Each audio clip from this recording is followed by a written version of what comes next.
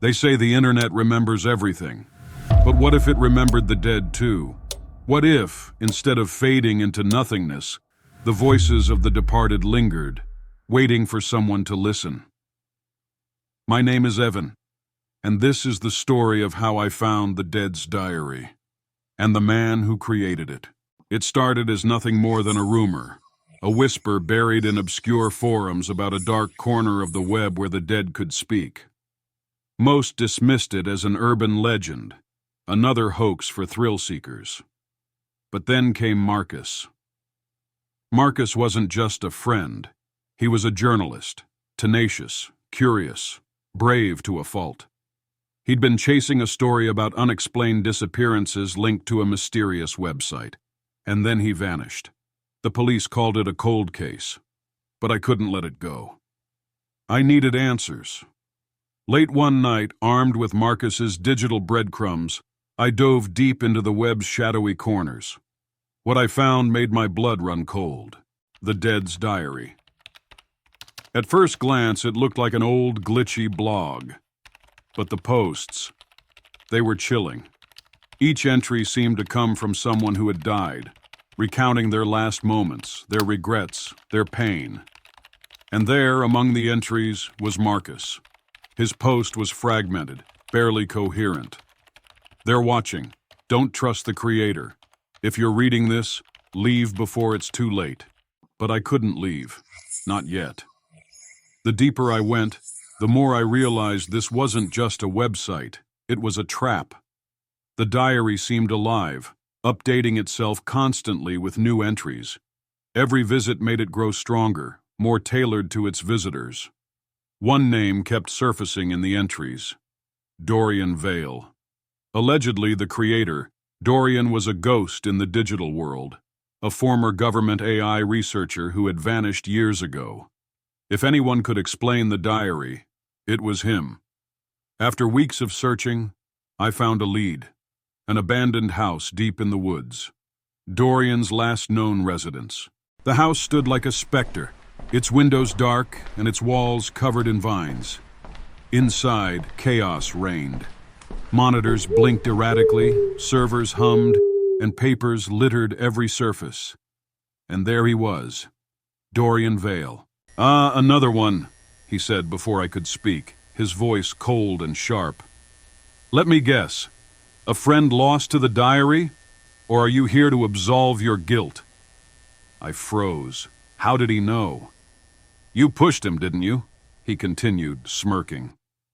"Marcus wouldn't have gone that far without a little encouragement. But you're not here to talk about that, are you?"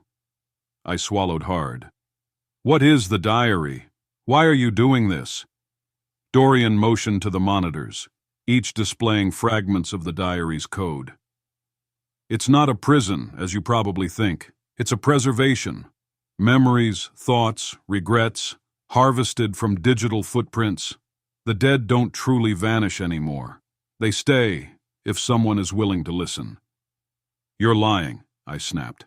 "This thing destroys people. It's killed. Marcus warned me." He laughed, the sound hollow. "The diary doesn't kill. People kill. With their choices, their negligence, their selfishness. I simply document the aftermath." Dorian's words hit harder than I wanted to admit.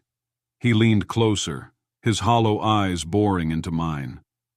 "Marcus isn't here because of me," he said. "He's here because of you. You sent him chasing a story too dangerous for one man. Tell me, Evan, how many more souls will you burden this place with before you face the truth?" "Shut up," I growled, my fists clenched. "I didn't know." "You knew the risks," he cut me off. "But you let him go anyway, don't you see? You all come here thinking I'm the villain. But I didn't break these people. You did. Society did." As he ranted, my eyes scanned the chaos. Among the blinking monitors, I saw it. A back door in the code. A way to shut the diary down. "Go ahead," Dorian said, noticing my gaze.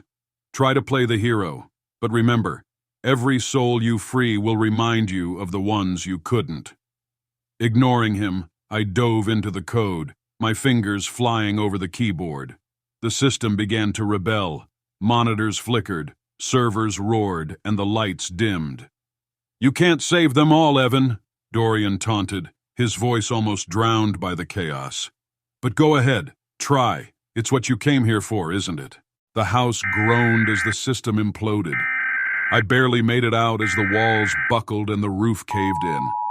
Behind me, Dorian's laughter echoed, chilling and triumphant. Back home, I tried to make sense of it all. The diary was gone. Or so I thought. Late one night, a notification lit up my screen. An email, no sender. The subject line read, "The diary lives." I opened it, my heart pounding. Inside was a single line. "You can't save them all, Evan. But you're welcome to try. This has been the Dead's Diary, confronting the creator. I'm Evan, and if you're out there, stay safe. You never know who or what is watching." This is where the story ends for now, but the questions remain. Can Evan ever truly escape the diary's grip? And what would you do if faced with the same choice? Save the few or risk losing everything? I'd love to hear your theories in the comments. What do you think happens next? If you're as hooked on this mystery as I am, don't forget to subscribe and hit the bell icon so you won't miss the next chapter.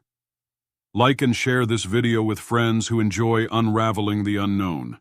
And remember, your support helps keep these stories alive. Stay curious, stay safe, and I'll see you in the next one.